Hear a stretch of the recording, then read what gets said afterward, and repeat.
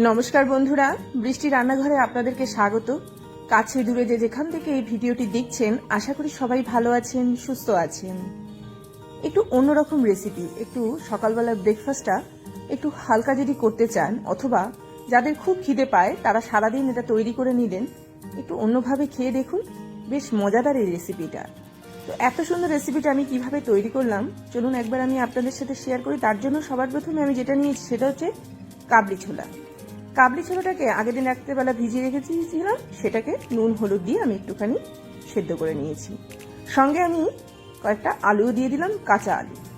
তো দুটোকে ভালো করে পেস্ট করে নিয়েছি। পেস্ট করে নেওয়ার পরে পেস্টটা ঠিক এইরকম তৈরি হয়েছে। এটাকে আমি একটা পাত্রের মধ্যে ঢেলে নেব। এরপরে যেটা করব সেটা হচ্ছে এর মধ্যে কিছুটা পরিমাণে আটা নেব। ময়দা এক্ষেত্রে কোনো প্রয়োজনই নেই দেওয়ার। আটা আপনারা ব্যবহার করতে পারেন, অথবা ডালিয়াকে একটুখানি গুঁড়ো করে তারপরেও কিন্তু এর মধ্যে ব্যবহার করা যায়। দুটো জিনিসই ব্যবহার করা যায়। বা চালের গুঁড়োকেও আমরা এইভাবে কিন্তু ব্যবহার করতে পারি। আটা নিলাম, এর মধ্যে একটুখানি টমেটো দিয়ে দেবো, একটুখানি পেঁয়াজ দিয়ে দেবো, একটুখানি কাঁচা লঙ্কা দিয়ে দেবো। সব দিয়ে এটাকে এবারে ভালো করে হাত দিয়ে মাখবো।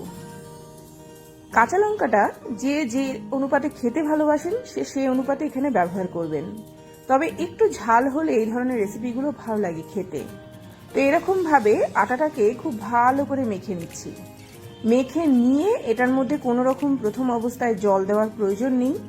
যতটুকু পেস্টটা রয়েছে সেই পেস্টটা আমি একটা বাটিতে তুলে নিয়েছিলাম প্রথমে, তারপরে সেই পেস্টটা দিয়েই পুরোটা মাখবো, কোনো জল লাগবে না। আর আমি যখন পেস্টটা তৈরি করেছিলাম তখনও কিন্তু খুব বেশি আকারে জল দিইনি, 1 চামচ খুব জোর হলে জল দেবেন।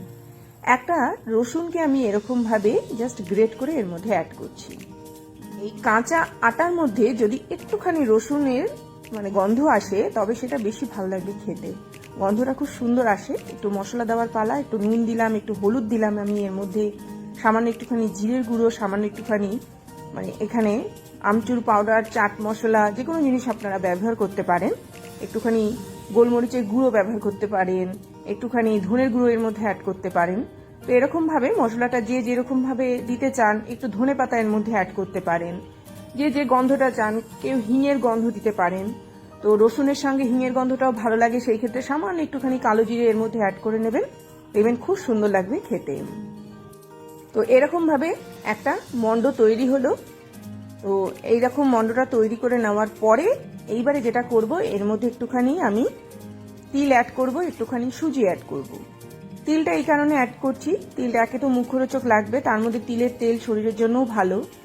আর সুজিটা এখানে অ্যাড করার মানে হচ্ছে ক্রাঞ্চি হবে, তার সাথে সাথে খুব সুন্দর মুচমুচে একটা তৈরি হবে। সামান্য একটুখানি তেল আমি এর মধ্যে দিয়ে দিলাম। তেলটা অ্যাভয়েড করতে পারেন, তবে ভেতরটা খুব ভালো কুক হওয়ার জন্য তেলটা দেওয়া খুবই জরুরি। তো এরকম ভাবে এটাকেও ভালো করে মাখছি, দেখবেন এইবারে কিন্তু আর হাতে লাগবে না, এটা খুব সুন্দরভাবে কিন্তু একদম হাত থেকে সরে যাবে। ভালো করে এরকম ভাবে মন্ডটা আমি একদম তৈরি করে নিলাম। দেখুন এটা খুব সুন্দর কিন্তু বাটির গা থেকে একদম ছাড়তে শুরু করেছে। সামান্য একটুখানি তেল দিলে কি হয়, এই জিনিসটা খুব সুন্দর সেট হয়। এর মধ্যে সুজি আছে, অনেকটা পরিমাণে জলকে অ্যাবজর্ব করে নেবে, টেনে নেবে। তো এরকম ভাবে কিন্তু মন্ডটা একদম তৈরি হয়ে গেল। এবারে যেটা করব সেটা হচ্ছে এই যে মন্ডটা তৈরি হয়ে গেছে তার থেকে ছোট্ট ছোট্ট বলের আকারে আমি তৈরি করে নেব। দেখুন ঠিক এইরকম ভাবে খানিকটা করে অংশ নেব, নিয়ে এটাকে এরকম ভাবে তৈরি করে নেব। অনেকটা কি বলবো, ঠিক রুটিও না আবার লুচিও না, মাঝখানের সাইজটা হবে। তো এরকম ভাবে কিন্তু জিনিসটাকে আমি তৈরি করে নিলাম। আরেকটা দেখিয়ে দিচ্ছি, জাস্ট এরকম ভাবে হাত দিয়ে নিয়ে তারপরে জিনিসটাকে 2 হাত দিয়ে এরকম ছোট্ট ছোট বলের মতো তৈরি করে নেব। বলগুলো আমার একদম তৈরি হয়ে গেল। এবারে এর মধ্যে আমি খানিকটা পরিমাণ বাইরে থেকেও একটু তিল দেবো, এরকম ভাবে জাস্ট এর উপর দিয়ে ছড়িয়ে ছড়িয়ে মতো দিলাম। দিয়ে এরকম ভাবে প্রত্যেকটা বলকে এরকম তিলের মধ্যে ভালো করে মাখিয়ে নিয়ে তারপরে এগুলোকে ভাজবো। এবার ভাজবো কি করে সেটাও দেখিয়ে দিচ্ছি। নর্মালি আমরা ভাজবো, নর্মালি আমি একটুখানি গরম তেল বসিয়ে দিয়েছি। এবারে সেই তেলটা একটুখানি গরম যখন হবে তখন আমি এগুলো দিয়ে দেবো। খুব বেশি গরম তেলের মধ্যে এগুলো দেব না, একদম ফুটন্ত গরম তেল না, মিডিয়াম ফ্লেমে রান্নাটা হবে। আর মিডিয়াম ফ্লেমেতেই এগুলো ভাজা হবে। মিডিয়াম ফ্লেমে একদম ভেতর অবধি যাতে খুব সুন্দরভাবে কুক হয়, সেই জন্য আমি এই জিনিসগুলোকে একটুখানি লো টু মিডিয়াম ফ্লেমে ভাজা করব। তো এর মধ্যে আমি খানিকটা পরিমাণে সুজি আর খানিকটা পরিমাণে যেহেতু আটা ব্যবহার করেছি, সেই জন্য এগুলোর কিন্তু ভেতরটা কুক হতে বেশিক্ষণ সময় লাগবে না। তবুও যাতে একদম ভেতর অবধি ভালো করে কুক হয়, সেই জন্য জিনিসটাকে আমি একটুখানি মিডিয়াম ফ্লেমে ভাজা করে নিচ্ছি। খুব সুন্দর দেখুন প্রত্যেকটা বল তৈরি হয়ে গেল, প্রত্যেকটা বল খুব সুন্দরভাবে ভাজা হবে। এইভাবে একটা সাইড যখন হয়ে যাবে আমি এগুলোকে উল্টে দেব। এইভাবে মিডিয়াম ফ্লেমের এপিট ওপিট করে খুব সুন্দরভাবে জিনিসগুলোকে ভাজা করে নিয়ে একদম মুচমুচে তৈরি করব। মুচমুচে তৈরি করে নিয়ে তারপরে কিন্তু জিনিসগুলোকে আমার তৈরি করতে হবে, একদম যাতে একদম পোড়া না হয়, আবার ভেতরটা যাতে খুব ভালো করে কুক হয়, সেই জন্য একটু সময় নিয়ে কিন্তু জিনিসগুলোকে ভাজতে হবে। একটা সাইড মিডিয়াম ফ্লেমে ভাজা হবে, অপর সাইড ততক্ষণে তেলটা অনেকটা পরিমাণে গরম হয়ে যাবে, সেই জন্য অপর সাইডটাকে একটু লো ফ্লেমে ভাজা করে নেব। ঠিক এইরকম ভাবে ভাজাগুলো তৈরি হচ্ছে। দেখুন এগুলো কিন্তু একদম পোড়া পোড়া তৈরি হচ্ছে না, লালচে ভাজা ভাজা মতো তৈরি হচ্ছে। তো এগুলোকে আমি একটা একটা করে এবারে তেল ঝরিয়ে নিয়ে খুব সুন্দরভাবে তুলে নেব। একটা জিনিসকে খেয়াল রাখতে হবে যাতে করে জিনিসটার ভেতরটা খুব ভালো করে ভাজা হয়।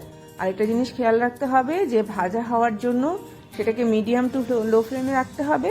আর হচ্ছে খুব বেশি ভাজা করব না, যাতে করে একদম মানে পোড়া না তৈরি হয়ে যায়। একটু লালচে কালার ধরা মানেই হচ্ছে এটাকে যেই আমরা তুলবো আর একটু কিন্তু কালার ধরে নেবে। তো আমার এগুলো তৈরি হয়ে গেল, এবারে পেটটা ভরে খান। সকালের ব্রেকফাস্টের জন্য আদর্শ একটা খাবার অবশ্যই বাড়িতে তৈরি করুন, অবশ্যই খান। এবার দেখিয়ে দিচ্ছি জিনিসটা আপনারা নর্মালি এইভাবে খেতে পারেন। ভেতরটা দেখুন খুব সুন্দর কুক হয়েছে, এরকম খুব ভালো কুক হয়েছে। তো যেহেতু কাঁচা আলু রয়েছে এবং আটাটাও কাঁচা রয়েছে, ভালো করে আমি জিনিসটাকে কিন্তু তৈরি করেছি। এবার খাবো কিভাবে? সকালবেলা ঘুম থেকে উঠে এগুলো তো তৈরি তো হয়ে গেল। আমরা খুব বেশি খাবো না, একটা থেকে দুটো খাবো, একটা থেকে দুটো খেলেই যথেষ্ট। এইরকম নিয়ে নেব, পাশে এক বাটি স্যালাড, এক বাটি টক দই। আমি এর উপর একটুখানি টক দই ছড়িয়ে দেবো, একটুখানি তেঁতুলের চাটনি দিয়ে দিতে পারেন, টমেটো সস দিয়ে দিতে পারেন, অথবা যারা ধরুন একটু মিষ্টিটাকে অ্যাভয়েড করতে চান কাসুন্দি দিয়েও খেতে পারেন। তো এরকম ভাবে একটুখানি কুচো পেঁয়াজ মানে স্যালাড নিতে পারেন, এর উপর দিয়ে ভর্তি করে স্যালাড নিন, তার সঙ্গে টক দই নিন এবং এগুলোকে ভালো করে মাখিয়ে নিয়ে সকালবেলার ব্রেকফাস্টটা তৈরি করুন। এরই মধ্যখান দিয়ে বিদায় নেব, আবার আসবো একটা খুব সুন্দর ভিডিও নিয়ে। ততক্ষণ সবাই ভালো থাকবেন, সুস্থ থাকবেন, দেখতে থাকবেন বৃষ্টির রান্নাঘরে। অবশ্যই চ্যানেলটির পাশে থাকবেন এবং অবশ্যই এই ভিডিওগুলো যত পারবেন শেয়ার করবেন, কারণ এগুলো সম্পূর্ণ আনকমন নানা ধরনের ভিডিও, যে ভিডিওগুলো বা যে খাবারগুলো মানুষের জন্য খুব উপদেয়। এবং সকালবেলা আমরা কি তৈরি করব এই ধরনের খাবারগুলোকে খান। দেখুন কত সুন্দর দেখতে, ততটাই সুন্দর খেতে। আসলাম তাহলে, অবশ্যই এই রেসিপিটা বাড়িতে একবার ট্রাই করুন। যদি ভালো লেগে থাকে চ্যানেলটিকে সাবস্ক্রাইব করতে কিন্তু একদম ভুলবেন না।